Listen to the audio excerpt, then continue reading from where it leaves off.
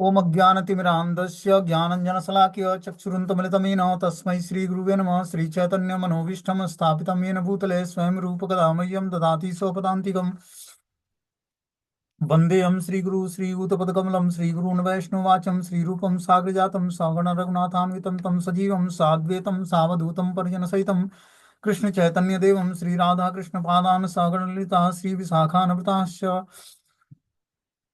नारायणं नमस्कृत्यं नरं चैव नरोत्तमं देवीं सरस्वतीं व्यासं ततो जयमुदीरये सुनुतां स्वकथा कृष्ण पुण्यश्रवणकीर्तनं हृदयन्तस्तु भद्राणि विद्नोति सुरक्षतां नष्टप्रायेषु भद्रेषु नित्यं भागवत सेव्या भगवती उत्तम श्लोके भक्तिर्भवति नैष्टिकी तथा रजस्तमो भाव काम लोभादयश्चेत् चेत एतेन रावृद्धिं स्थित सत्त्वे प्रसिद्धति एवं प्रसन्नमनसो भगवद्भक्ति योगतः भगवतत्त्वविज्ञान मुक्तसंगस्य जायते विद्यन्ते हृदयं ग्रन्थि छिद्यन्ते सर्वसंशयम् क्षीयन्ते चास्य कर्माणि दृष्ट्वा एव आत्मनीश्वरे मुखं करोति वाचालं पङ्गुं लङ्घयते गिरिं यत्कृपातमहं वन्दे परमानन्दमाधवं प्रह्लाद नारद पराशर पुण्डरीकं व्यासम् अम्बरीश सुख शौनक विष्णुदानव्यां रुक्माङ्ग अर्जुन वसिष्ठं विभीषणादीनं पुण्यानि नामानि परं भागवत स्मरामि। हे कृष्ण करुणा सिन्धु दीनबन्धु जगत्पतये गोपेश गोपिकान्त राधाकान्त नमस्तुते।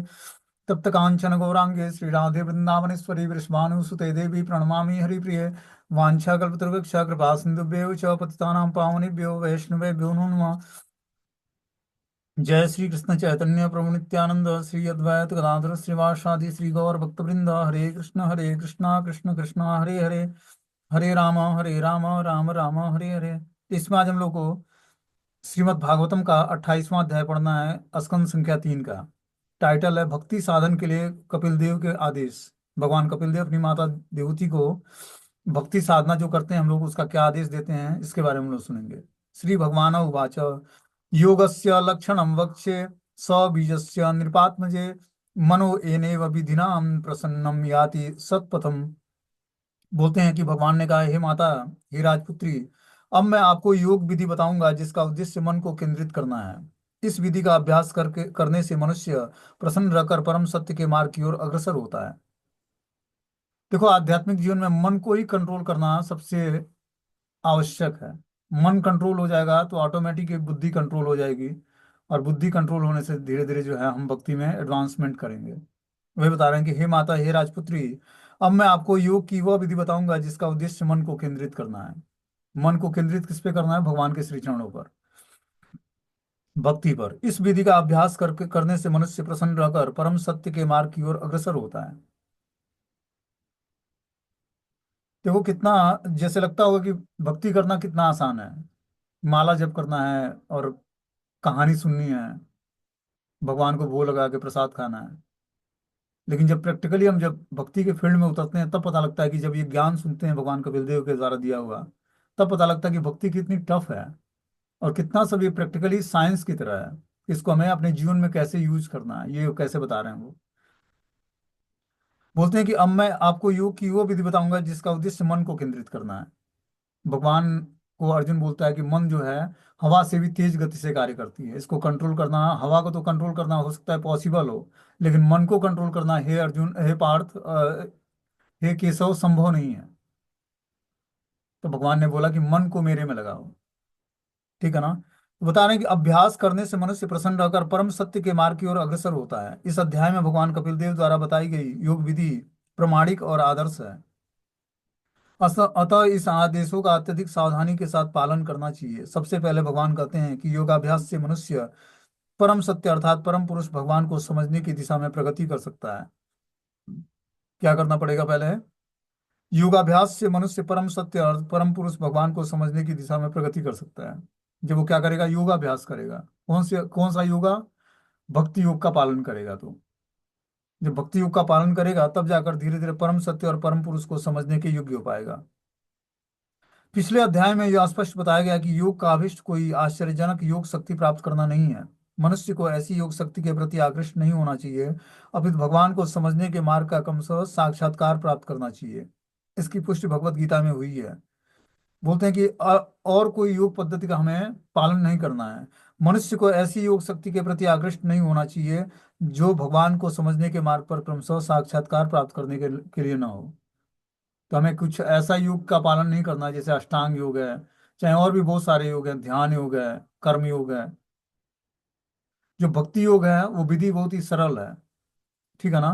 तो वही बता रहे हैं यहाँ पर कि ऐसा कोई योग का पालन नहीं करना है जो भगवान के प्रति आकर्षण पैदा ना करे। इसकी पुष्टि भगवत गीता में हुई है, जिसमें छठे अध्याय के अंतिम श्लोक में भगवान कहते हैं कि सबसे बड़ा योगी वह है जो अपने अंतःकरण में निरंतर कृष्ण के बारे में सोचता रहता है। तो अपने मन को ऐसे में ट्रेन करना है कि निरंतर हम ऑलवेज रिमेम्बर कृष्णा, मतलब हमेशा भगवान को याद रखें और भगवान को कभी ना भूलें। यही कृष्ण भावना भावित है, भावनामृत है। यहाँ उल्लेख है कि योग विधि का पालन करने से मनुष्य प्रफुल्लित रह सकता है। भगवान कपिल देव जो योग के महान अधिकारी हैं, यहाँ पर योग पद्धति की व्याख्या प्रस्तुत करते हैं, जिसे अष्टांग योग कहते हैं, जिसमें 8 विधियों के अभ्यास सम्मिलित हैं। तो अष्टांग योग का पालन जो व्यक्ति जो करता है उसमें 8 नियम होते हैं। क्या क्या होते हैं? यम, नियम, आसन, प्राणायाम, प्रत्याहार, धारणा, ध्यान और समाधि। अभ्यास की इन समस्त अवस्थाओं में मनुष्य को भगवान विष्णु का साक्षात्कार करना होता है, जो समस्त योग का लक्ष्य है। तो भक्ति योग में भी अगर जो हम अष्टांग योग का पालन करेंगे, मतलब भक्ति योग का पालन करते हुए अष्टांग योग के जो नियम है, 8 जो नियम है, यम, नियम, यम मतलब क्या त्यागना है, नियम मतलब क्या स्वीकार करना है, आसन मतलब एक आसन पर कैसे आसन आसन कैसे ग्रहण करना है, प्राणायाम, प्राणायाम कैसे करना है, प्रत्याहार, आहार कैसा लेना है, और धारणा, हमारी धारणा क्या होनी चाहिए उस समय, और ध्यान किसका करना है, और समाधि। इस सब चीजों में जो है भगवान का ही चिंतन होना चाहिए, तब जाकर धीरे धीरे धीरे जो है हमारा अष्टांग योग का पालन, जब हम भक्ति योग को करते हुए अष्टांग योग का पालन करेंगे, मतलब इसमें अगर जो हमें समाधि भी लेनी है, ध्यान भी करना है, धारणा और प्रत्याहार सब कुछ जो है, या प्राणायाम, तो प्राणायाम की मुद्रा में बैठकर भगवान की भक्ति ही करनी है, नाम ही जप करना है। कितने लोग नाक बंद करके और जो है हवा ऊर्ध्व रेता और क्या अधो रेता इस तरह से जो है ऊपर की तरफ और नीचे की तरफ हवा निकालते हैं नाक के थ्रू। ठीक है ना, प्राणायाम बोलते हैं उसको। लेकिन हमें क्या करना है? प्राणायाम की मुद्रा में बैठकर भगवान के नाम का जप करना है। तो ये अष्टांग योग है तो थोड़ा सा टफ, लेकिन अगर जो इसको भक्ति योग में सम्मिलित कर लेंगे और इसके नियमों का पालन करेंगे, इस हिसाब से करेंगे भक्ति का पालन, तो बहुत जल्दी हमें सिद्धि प्राप्त होगी। ऐसा तथाकथित योग पद्धति है जिससे मन को शून्य पर या निराकार पर केंद्रित किया जाना होता है। किंतु प्रामाणिक योग पद्धति में इसको मान्यता प्राप्त नहीं है, जैसा भगवान कपिल देव बताते हैं। यहाँ पर पतंजलि बताते हैं कि समस्त योग का लक्ष्य विष्णु है। अतः अष्टांग योग वैष्णव विधि का एक अंग है, क्योंकि इसका चरम लक्ष्य विष्णु का साक्षात्कार करना है। योग की सफलता योग शक्ति प्राप्त करने में नहीं, जिसकी भर्त्सना की गई है। तो कितने लोग योग को सिद्ध करके, मतलब अलग अलग योग का पालन करके कुछ सिद्धियां प्राप्त कर लेते हैं। ठीक है ना। तो वो योग सिद्धि का उद्देश्य क्या होता है? भौतिक उद्देश्य होता है, जैसे छोटे से छोटा हो जाना, बड़े से बड़े हो जाना, या दूर बैठे किसी वस्तु को प्राप्त कर लेना, या दूसरे के मन की बात को जान जाना, फेस रीडिंग कर लेना। ये सब योग के माध्यम से अनेक प्रकार के योग हैं, और इस योग का व्यक्ति पालन करके उसको सब कुछ जान सकता है। छोटा से छोटा, बड़ा से बड़ा, जैसे अष्ट सिद्धि नवनिधि के दाता हनुमान जी के पास अष्ट सिद्धि और 9 निधि है, लेकिन उसका वो मिसयूज नहीं करते हैं। मान लो कि व्यक्ति को सिद्धि प्राप्त भी हो जाती है इस तरह की, तो उसका मिसयूज नहीं करना, उसका उपयोग क्या करना है? भगवान की सेवा में करना है, भगवान के भक्तों के कल्याण के लिए करना है। अब हमारा जब हम भगवान की भक्ति से जुड़ गए, प्रमाणिक संप्रदाय में दीक्षा ले लिया हमने, तो हमारे हर एक संकल्प दूसरे के मंगल के लिए होना चाहिए। तब आपकी आध्यात्मिक शक्ति बढ़ती जाएगी, संकल्प शक्ति में दृढ़ता आएगी। जब व्यक्ति श्राप देता है या उस घृणा करता है किसी से, तो उसकी आध्यात्मिक शक्ति घट जाती है। इसीलिए हमें बहुत ही सावधानी पूर्वक आध्यात्मिक जीवन में चलना चाहिए। न किसी को आशीर्वाद, न किसी को श्राप, न किसी से अपना पैर टच कराना है, न किसी का पैर टच करना है। पैर टच करने का मतलब है कि हम गुरु को प्रणाम कर सकते हैं, लेकिन दूर से पंचांग या दंडोत प्रणाम। और किसी को आशीर्वाद भी नहीं देना है, किसी को श्राप भी नहीं देना है। तब जाकर आप सुरक्षित रहोगे। आशीर्वाद देने का मतलब है उसके कर्मों को लेना। ठीक है ना। तो हमें न किसी को आशीर्वाद देना है, जैसे पहले के लोग जो माता पिता का पैर छूते, बेटा खुश रहो, तो उनके कहने से तो कोई खुश होता नहीं था, लेकिन आशीर्वाद तो लगता है, जरूर लगता है माता पिता का। तो क्या है कि हमें इस तरह के आशीर्वाद नहीं देना है किसी को। आशीर्वाद देना भी है तो कृष्णम कृष्णे मति अस्तु, मतलब कृष्ण में आपकी मति लगी रहे। ये आशीर्वाद देना है। खुश रहो या दुखी रहो, ऐसा आशीर्वाद किसी को नहीं देना है। कि आपकी मति भगवान कृष्ण में लगी रहे, इसका आशीर्वाद हमें देना है। पहले हमें अपनी मति को लगाना है। सबको आशीर्वाद देते रहेंगे, अपनी मति भगवान कृष्ण में नहीं लगी है, तो दूसरे को हम आशीर्वाद देके क्या करेंगे फिर? तो अपनी मति को पहले लगाना है, फिर दूसरे को भी हमें प्रयास करना है कि हम अपने और जो कोई छोटा है, हमसे कनिष्ठ अधिकारी है, तो उसको हम आशीर्वाद दे सकते हैं। लेकिन उस तरह का कोई कार्य सिद्ध हो जाए, चाहे कुछ प्राप्ति हो जाए, या स्कूल में पास हो जाओ, या विवाह हो जाए, ऐसे आशीर्वाद किसी को नहीं देना है।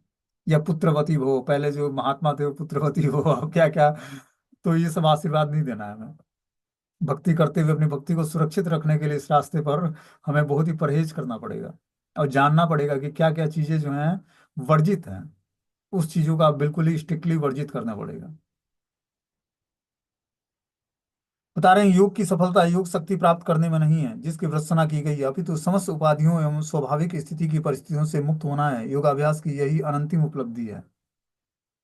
समस्त उपाधियों से और स्वाभाविक स्थिति की परिस्थितियों से मुक्त होना है। जैसे व्यक्ति का अलग अलग स्वभाव होता है, बचपन से जिस स्वभाव में पला बड़ा होता है वो उसका स्वभाव बन जाता है। लेकिन भक्ति में अब स्वभाव आपका अपना चेंज करना पड़ेगा। गंभीरता लानी पड़ेगी। बोलने की कला सीखनी पड़ेगी। कम बोलना पड़ेगा। कम बोलना मतलब बस भगवान का ग्लोरिफिकेशन करने के लिए बोलना है। भक्तों का ग्लोरिफिकेशन करने के लिए, न कि बिना मतलब का बातचीत करने के लिए।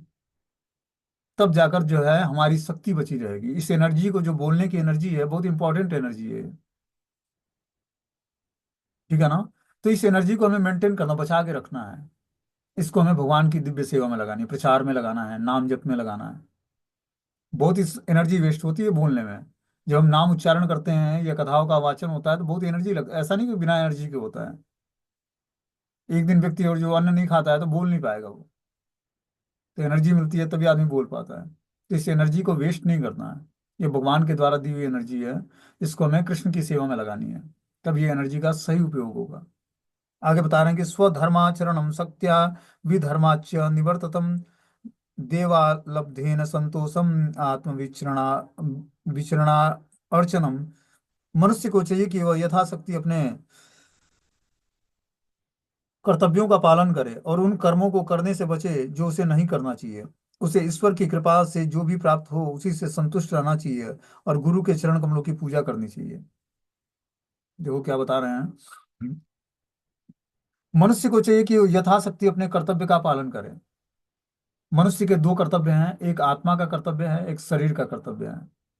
उस दोनों कर्तव्यों को जो हम परफेक्ट तरीके से करेंगे, तभी जाकर हम अपनी चेतना को भक्ति में स्थिर कर पाएंगे। और जो हमारा भौतिक जीवन डिसबैलेंस है तो आध्यात्मिक जीवन भी प्रभावित होगा उससे। इसीलिए दोनों को बैलेंस बना के चलना है। और आध्यात्मिक जीवन को ज्यादा प्रेफर करना है हमें, कि हम सुबह उठने के साथ ही स्पिरिचुअल एक्टिविटी में जुड़ जाएं। हमारा सुबह जो है स्पिरिचुअल एक्टिविटी, और सोने का टाइम भी हमारा स्पिरिचुअल एक्टिविटी में होना चाहिए। मतलब पूरा दिन ही हमारा, पूरी रात और पूरा दिन 24 घंटे हमारा भगवान की दिव्य सेवा में लगा होना चाहिए। अब धन कमाते समय चाहे जो भी कार्य करते हैं उस समय भी हमारी चेतना आध्यात्मिक होनी चाहिए। और काम ऐसा करना है कि जो हमारी चेतना को प्रभावित न करे। रजोगुणी या तमोगुणी कार्य नहीं करना है। सतोगुण जॉब भी करना है तो सतोगुणी जॉब करना है, जिसमें ज्यादा भाग दौड़ ना हो, या फिर ऐसा उग्र कर्म ना हो जिससे हमारी चेतना दूषित हो, या फिर मन बुद्धि का विचलन हो। तब आप भगवान में कैसे स्थिर रह पाओगे? ये पूरे जीवन की प्रैक्टिस है, आध्यात्मिक जीवन। समझ रहे बात को? ये प्रैक्टिस पे डिपेंड करता है कि व्यक्ति कितना प्रयास करके जो है अपनी मन बुद्धि को एकाग्र करता है भगवान में। जैसी हमारी प्रैक्टिस होगी उसी तरह अंत काल में भगवान का स्मरण होगा, उतना ही हमारे अंदर पवित्रता आएगी, उतना ही हमारे अंदर जो है पाप कर्मों की कार्य करने की क्षमता घटेगी। पाप करने का बीज नष्ट हो जाएगा। इसके लिए हमें क्या करना पड़ेगा? अपनी चेतना को हमेशा चेक करके और भगवान के भाव में लगाए रखना पड़ेगा। चिंतन क्या हमारी बनती है वो बहुत इंपॉर्टेंट है। जैसा पूरे जीवन बन चिंतन बनेगा वैसे ही हमारी जो है अंत में स्थिति होगी। ये सारी जो तैयारियां हैं ये मृत्यु की तैयारी है। पूरा जीवन जो है हम मृत्यु की कला सीख जाएं, कि मृत्यु के समय भगवान का स्मरण हो जाए। पूरा जीवन स्मरण करेंगे तभी जाकर मृत्यु के समय भगवान का स्मरण होगा। नहीं तो उस समय तो कंठा और उधन विदु शरणम कुदस्ते, कफ वात पित्त से कंठ अवरुद्ध हो जाता है। ठीक है। और उस समय भगवान का स्मरण नहीं होता, उस समय जो पूरे जीवन भर का चिंतन, आप किसी बूढ़े व्यक्ति को देखो जो मरने की स्थिति में हो, उसको इतना मोह घेर लेता है बेचारे को कि वो, जिसका वो शुरुआत में अपने यंग अवस्था में जिसका चिंतन होता, उन उनको व्यक्तियों को याद करेगा कि एक बार उनसे मिला दो मुझे। उसकी, उसका प्राण नहीं निकलेगा जब तक उससे मिलेगा नहीं वो।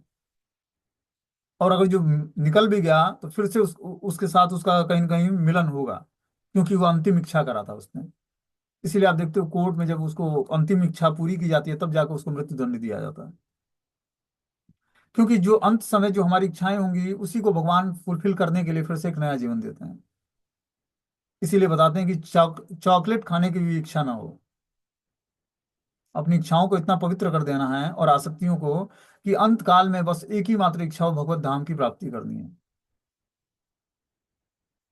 और ये इच्छा तभी जागृत होगी जब हम पूरे जीवन भर इसकी प्रैक्टिस करेंगे।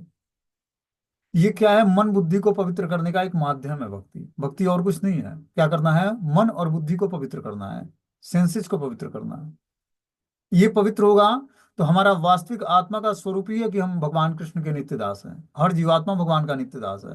अंश जो है, आत्मा जो है भगवान का अंश है। वो भी सच्चिदानंद स्वरूप में है। लेकिन क्या है कि वो सूक्ष्म अंश होने के कारण, मन बुद्धि के कवर्ड होने के कारण, वो मन बुद्धि से प्रभावित हो जाता है और उसका वास्तविक स्वरूप जो है प्रकट नहीं हो पाता है। और मन बुद्धि प्रभावित कैसे होते हैं, सेंसेस से। हमारी जो इंद्रियां हैं वो अगर जो पवित्र नहीं है तो उससे मन और बुद्धि जो है पवित्र नहीं हो पाता है। और जब तक मन और बुद्धि पवित्र नहीं होगा तब तक जो है आत्मा का वास्तविक स्वरूप प्रकट नहीं होगा। हम भगवान की दास्तां नहीं स्वीकार करेंगे, क्योंकि मन में अहंकार उत्पन्न होता है कि मैं ही समस्त कर्मों का भोगता हूँ, मैं ही स्वामी हूँ, बाकी सब दास हैं। ये सब भावनाएं जो हैं, ये रजोगुण और तमोगुण के प्रभाव के कारण होता है। बोलते हैं इस श्लोक में कई ऐसे महत्वपूर्ण शब्द हैं जिसकी विशद व्याख्या की जा सकती है, किंतु हम हर एक के कुछ महत्वपूर्ण पहलुओं की ही व्याख्या करेंगे। अंतिम कथन है आत्म विचारण, विचारणा अर्चनम। आत्मवित्त का अर्थ है स्वरूप स्वरूप सिद्ध जीव या प्रमाणिक गुरु। जब तक मनुष्य स्वरूप सिद्ध नहीं रहता तब तक परमात्मा के साथ अपने संबंध को नहीं जानता, वो प्रमाणिक गुरु नहीं बन सकता है। देखो कितना इंपॉर्टेंट बात बता रहे हैं। जब तक व्यक्ति आत्मवित्त का अर्थ है स्वरूप सिद्ध, अपने स्वरूप को जब तक नहीं जान जाता तब तक वो प्रमाणिक गुरु नहीं बन सकता है। ठीक है ना। जब तक मनुष्य स्वरूप सिद्ध नहीं रहता, परमात्मा के साथ अपने संबंध को नहीं जानता, वो प्रमाणिक गुरु नहीं बन सकता है।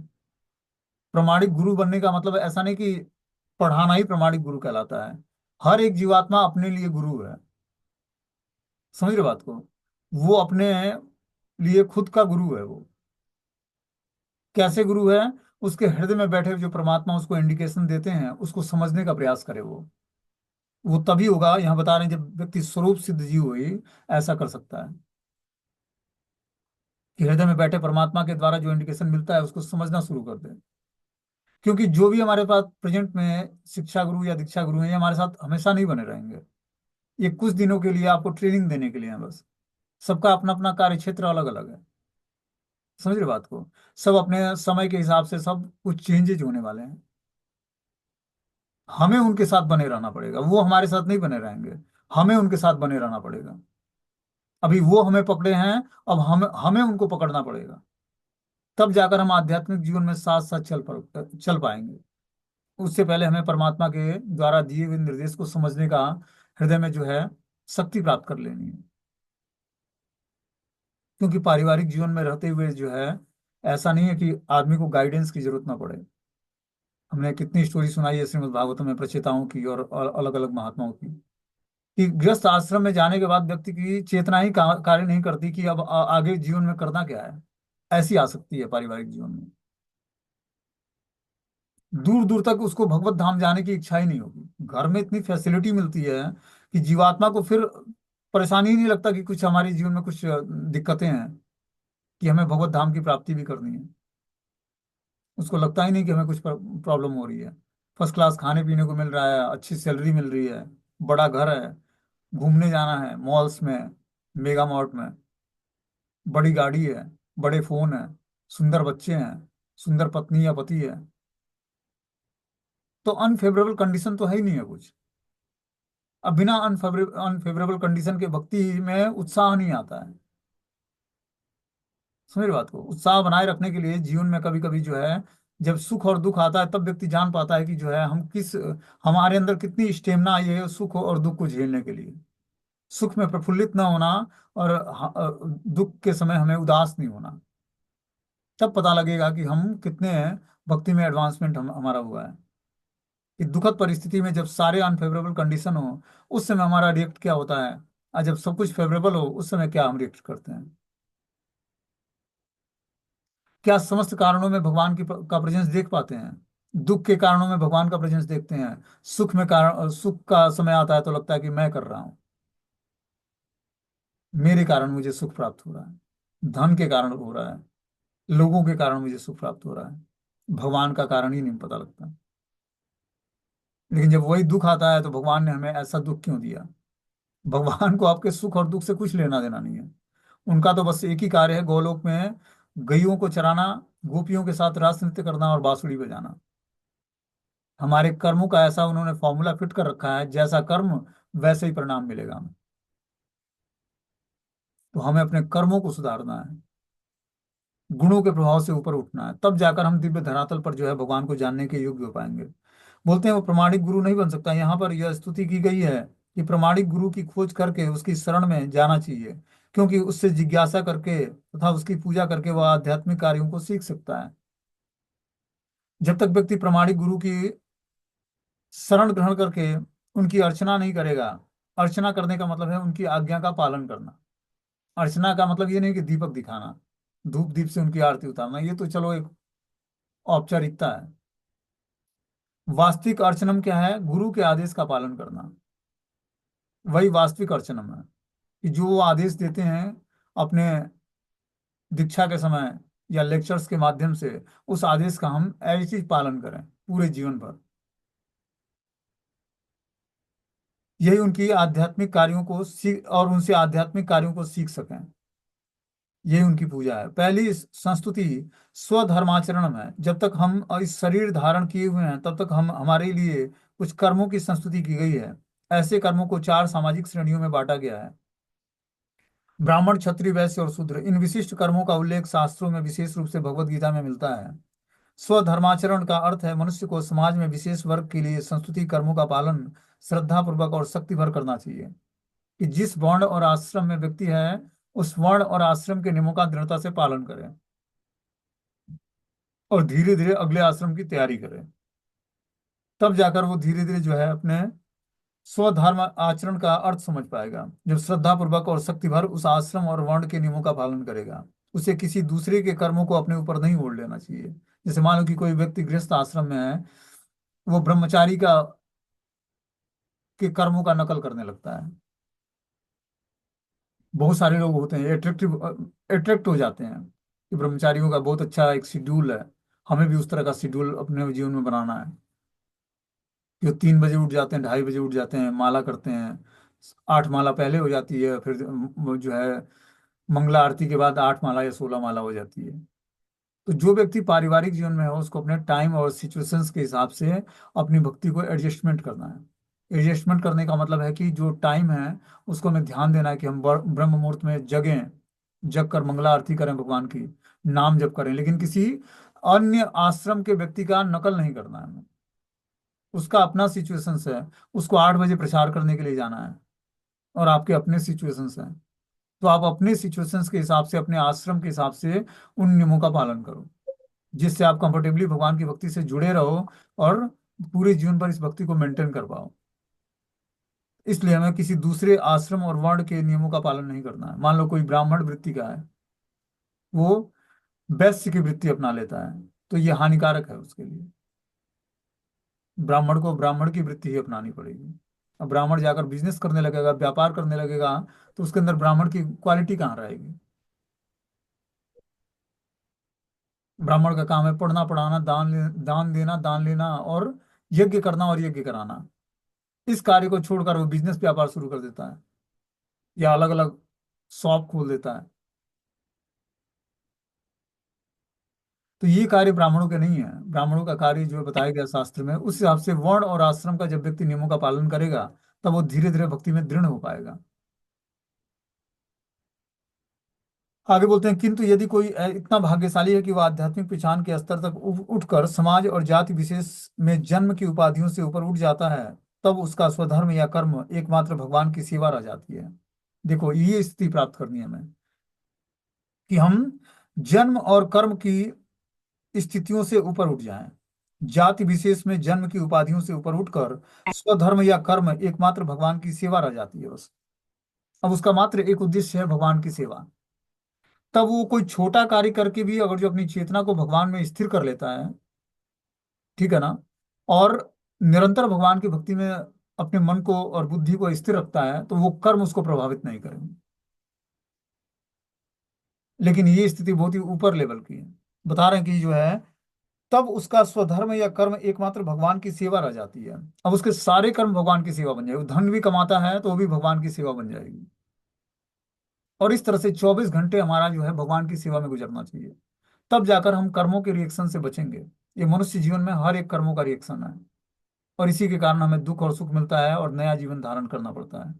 लेकिन जब हम इस मनुष्य जीवन का उपयोग भगवान की दिव्य सेवा में करेंगे, 24 घंटे निरंतर भगवान की सेवा में लगाए रखेंगे, पढ़ाई करते समय, जॉब बिजनेस करते समय, परिवार का पालन पोषण करते समय, निरंतर हमारे कॉन्शियसनेस जो है भगवान में लगी रहे, चेतना भगवान में स्थिर रहे। सारा खेल जो है कॉन्शियसनेस का है आध्यात्मिक जीवन में। और कॉन्शियसनेस डिपेंड किस पे करती है? गुणों पर। किस गुणों का शरण लेकर हम कौन सी एक्टिविटी करते हैं, उसी तरह हमारे कॉन्शियसनेस का निर्माण होता है, चेतना का निर्माण होता है। इसीलिए चेतना को शुद्ध करने के लिए हमें शुद्ध सत्व के प्लेटफॉर्म पर अपने को स्थिर करना पड़ेगा, जो वसुदेव पद कहलाता है। जो स्थिति भगवान वासुदेव की है, उसी स्थिति को प्राप्त करना पड़ेगा। तब जाकर हमारी चेतना जो है स्थिर हो पाएगी, मन का विचलन रुकेगा, और बुद्धि एकाग्र हो पाएगी, भगवान के श्री चरणों में स्थिर हो पाएगी। और तब जाकर हम आध्यात्मिक जीवन में अपने को और भगवान को जान पाएंगे, और अपना भगवान से संबंध जान पाएंगे, और फिर जाकर प्रीतिपूर्वक भगवान की प्रेम पूर्वक सेवा कर पाएंगे, जो कि आध्यात्मिक जीवन का मेन गोल वही है, जिसकी हम लोग प्रैक्टिस कर रहे हैं। जब तक देहात्म बुद्धि में रहा जाता है, तब तक सामाजिक परिपाटी के अनुसार कर्म करता है, किंतु आध्यात्मिक पद तक उठ जाने के लिए उसे भगवान की सेवा करनी चाहिए। यही स्वधर्म का वास्तविक कार्यान्वयन है। देखो क्या है कि धीरे धीरे हमें सेपरेट होना है। सेपरेट होने का मतलब है कि जितने भी हमारे दोस्त मित्र हैं आध्यात्मिक जीवन में भी, ठीक है ना, भक्ति का स्टैंडर्ड अलग अलग है व्यक्ति का। आपको अपनी भक्ति का, जैसे मान लो कि पारिवारिक जीवन में सामाजिक लेवल पे भी बहुत सारे कर्म करने होते हैं। प्रैक्टिकली मैं बता रहा हूँ कि सामाजिक स्तर पर भी जो है जाकर हमें दूसरे के वहाँ संकीर्तन में जुड़ना है, बर्थडे पार्टी में जुड़ना है, विवाह संस्कार में जुड़ना है, भक्तों के वहाँ जाना है। लेकिन क्या करना पड़ेगा कि अपने को, हमारी अब जो अपनी स्पिरिचुअल एक्टिविटी है उसको बड़े छिपा के करना पड़ेगा, सबसे उद्घाटित नहीं करना है कि मैं ये एक्टिविटी करती हूँ, या दूसरे के वहाँ जाकर छिपा कर भक्ति करनी है। जैसे मान लो कि कोई वानप्रस्थ में है, या संन्यास में है, या ब्रह्मचारी अवस्था में है, ठीक है ना, वो गृहस्थों के साथ कभी टूर पे जाता है। उसका नियम है कि 64 माला एक सन्यासी को जप करना चाहिए। अब उसको इनके साथ घुलना मिलना भी है, क्योंकि वो अब अलग नहीं रह सकते हैं। तो वो कैसे जाप करेंगे? अपनी 64 माला आज कैसे पूरी करेंगे? लेकिन करते हैं उसमें, और लोगों को पता भी नहीं लगता है। मानसिक जप, अब वो जैसे भी करें, किस तरह काउंट करते हैं तो भगवान जाने, लेकिन मानसिक जप करके अपने जपा को पूरा करना है। तो इस तरह से हमें धीरे धीरे अपने अंदर, जब तक हम स्मार्टनेस नहीं लाएंगे, तब तक हमारी परिस्थितियां फेवरेबल नहीं होंगी। परिस्थितियां कभी भी हमें भक्ति करने के लिए अनुकूल नहीं मिलेंगी। हर समय कुछ ना कुछ समस्याएं लगी रहेंगी। समझिए बात को। क्योंकि पारिवारिक जीवन ऐसा झमेला है कि इससे बच पाना बड़ा मुश्किल है। इस झमेले से निकल पाना, निकल के भगवान की भक्ति में स्थिर हो पाना बहुत मुश्किल है। कुछ तो हमारे पाप कर्म है, कुछ हमारा अटैचमेंट है जो लोगों से। ये मैं भक्ति नहीं कर, अरे भक्ति करने के लिए पूरा जीवन पड़ा है, आज या कुछ खा पी लेते हैं, नाच गा लेते हैं। अब बस उस इंटरटेनिंग सब्जेक्ट हो पाकर फिर हम भक्ति भूल जाते हैं। अपने को हमें नियम बनाना पड़ेगा कि इतनी माला रेगुलर करनी है, इतने समय डीटी वर्शिप करनी है, इतने समय हमें भगवान का नाम जप करना है, इतने समय बुक्स रीडिंग करनी है, इतने समय क्लास अटेंड करना है। एक फिक्स शेड्यूल हमारा पूरा दिन भर का एक दिनचर्या होना चाहिए।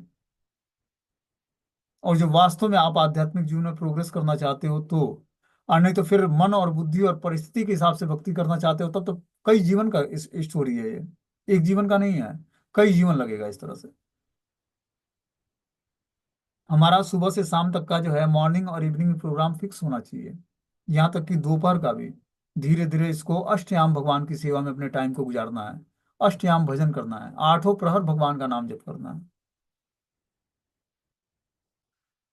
तो आठों प्रहर भगवान का नाम जप नहीं भी होता है, तो आठों प्रहर भगवान का चिंतन हो सके कम से कम। 3 घंटे का एक प्रहर होता है। पहला प्रहर 6 बजे शुरू होता है, 6 से 9।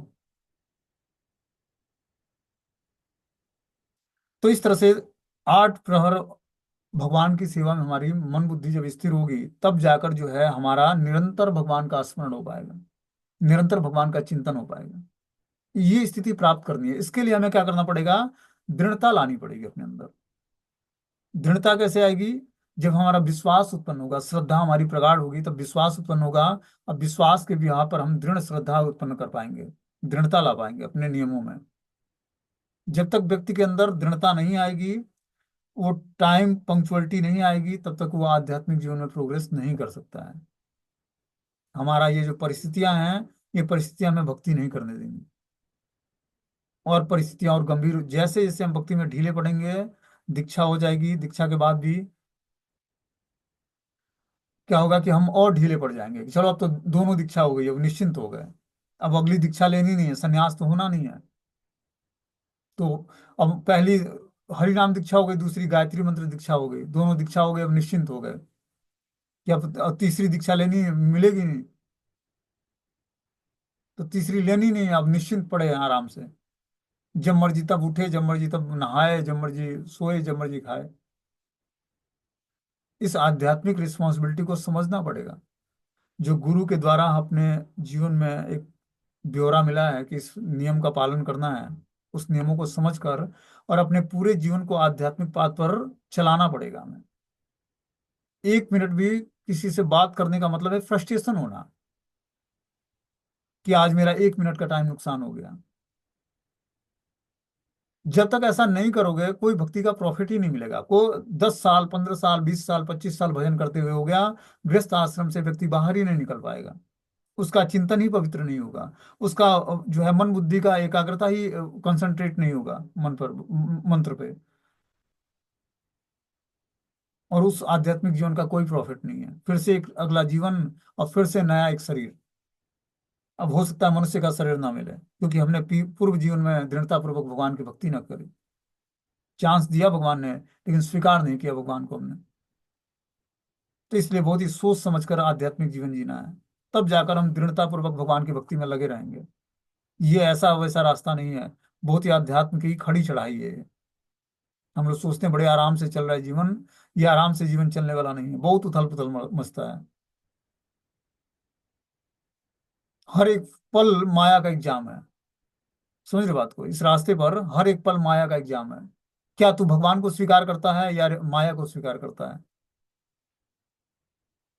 जब दृढ़ता पूर्वक भगवान के चरणों में अपने मन को स्थिर रखोगे, तो माया को स्वीकार करोगे तुरंत, जो है अपने हृदय से ही आवाज आएगी कि ये गलत रास्ता है, इस रास्ते पे नहीं चलना है तुझे। जैसे लगेगा कि आपको कोई चला रहा है, इंस्ट्रूमेंट बन गए भगवान के हाथ में, परमात्मा के हाथ का इंस्ट्रूमेंट बन गए जी। अब हानि लाभ, जीवन मरण, जस अपजस जो भी हुआ, कुछ फर्क नहीं पड़ता है। सुख दुख, गर्मी सर्दी, सब समान प्लेटफॉर्म पर एक ही रास्ते में चलते चले जा रहे हैं। वो जाकर व्यक्ति जो है अध्यात्म की चढ़ाइयों पर चढ़कर और इस भौतिक ब्रह्मांड का भेदन करके भगवान के श्री चरणों में, राधा रानी और कृष्ण के चरणों में स्थान पाता है। इतना आसान होता तो सभी राधा कृष्ण को प्राप्त कर लेते। जुगल सरकार है। यहाँ तो वृंदावन में जैसा लगता है कि भक्ति बह रही है लोगों के, एकदम जैसा लगता है कि एकदम भगवान के करीब है। लेकिन जब शास्त्र पढ़े हैं, सुने कि भक्ति की मर्यादा क्या है, तब तो पता लगे ना कि है क्या भक्ति, और कितना टफ है। इसको प्राप्त करना इतना आसान नहीं। जो भगवान कपिल देव ये ज्ञान बता रहे हैं, इस हिसाब से अगर जब भक्ति को परखा जाए, तो भक्ति तो बहुत ही टफ है। और इतनी आसानी से प्राप्त होने वाली नहीं है। अनेक जन्म जन्मांतरों से व्यक्ति जो है भटकते भटकते उसकी चेतना इतनी दूषित हो जाती है कि उस दूषित चेतना से कैसे वो राधा कृष्ण का स्मरण करके और उनको प्राप्त कर पाएगा। और सहजिया लोग बहुत ही चीपली इसको ले लेते हैं कि बहुत ही आसानी से बस राधे राधे करते रहो, राधा रानी का चरण प्राप्त हो जाएगा। राधे राधे कहने के बाद आपको अपनी चेतना को भगवान में स्थिर करना पड़ेगा। अपने सारे कर्मों को वर्ण और आश्रम के हिसाब से सुटेबल व्यवस्थित बनाना पड़ेगा। प्रॉपर निर्देशन में, गुरु के प्रॉपर निर्देशन में आध्यात्मिक एक्टिविटी को करनी पड़ेगी। तब जाकर आप धीरे धीरे जो है पूर्व जीवन के पापों से छूटोगे, जिसके कारण आपको ये शरीर मिला है। ये शरीर जब तक सिद्धि अवस्था को प्राप्त नहीं होगी, आध्यात्मिक नहीं होगी, तब तक हम आध्यात्मिक जीवन में भगवान के धाम में प्रवेश करने के योग्य नहीं हो पाएंगे। जब तक हमारा मन बुद्धि पवित्र नहीं होता है, काम क्रोध लोभ मद मात्सर्य ईर्ष्या द्वेष भौतिक इच्छाओं का जिसमें समावेश है, उन चीजों से जब तक हम छुटकारा प्राप्त नहीं करेंगे, तब तक कैसे हम राधा कृष्ण को प्रसन्न कर पाएंगे।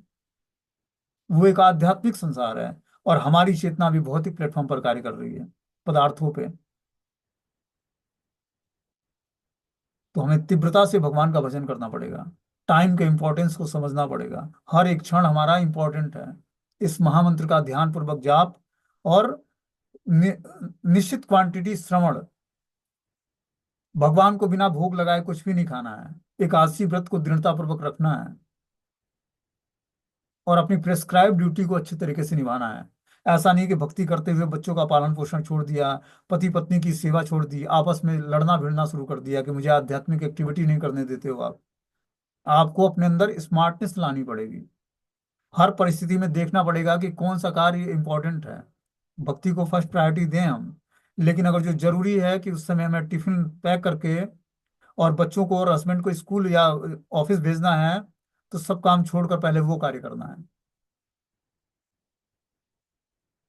तब जाकर आपका धीरे धीरे आध्यात्मिक प्रोग्रेस होगा। आपको जो प्रेस्क्राइब ड्यूटी मिली है उसमें आप ढीलापन बरतोगे तो आध्यात्मिक जीवन में प्रोग्रेस नहीं होगा। ये एक छोटा सा एग्जाम्पल है। हर व्यक्ति का अलग अलग रिस्पॉन्सिबिलिटी है। उस रिस्पॉन्सिबिलिटी को हमें निभाना है। उसके बदले हमें भक्ति के साथ सेक्रीफाइस नहीं करना है, समझौता नहीं करना है हमें कि भक्ति में हम ढीले पड़ गए। अब प्रभु जी ने ये रास्ता बताया था, ऐसा नहीं है। हमें भक्ति का चिंतन तो करना है, कृष्ण चिंतन होना चाहिए उस समय हमारा, लेकिन कार्य जो फर्स्ट इम्पोर्टेंट प्रायोरिटी है उसको हमें करना है। ये उद्देश्य होना चाहिए कि हमें जल्दी इसको समाप्त करके माला करनी है, जल्दी इसको समाप्त करके भगवान का अर्चना करना है, जल्दी समाप्त करके गुरु पूजा करनी है। तो जो आप जल्दीबाजी मचाओगे, वो आपके लिए भक्ति के लिए प्रॉफिटेबल होगा। मतलब आप पूरे तरह से एग्जॉर्ब हो कि वो जल्दी समाप्त हो और मैं वो कार्य शुरू करूं जो हमारे लिए इंपॉर्टेंट है। जब कृष्ण मथुरा में प्रवेश किए तो मथुरा की स्त्रियों ने श्रृंगार करना भूल गए। जो ड्रेस पहने, जो उन्होंने श्रृंगार किया उसी ड्रेस पहने, और आधा किसी ने जो है नहाया, आधे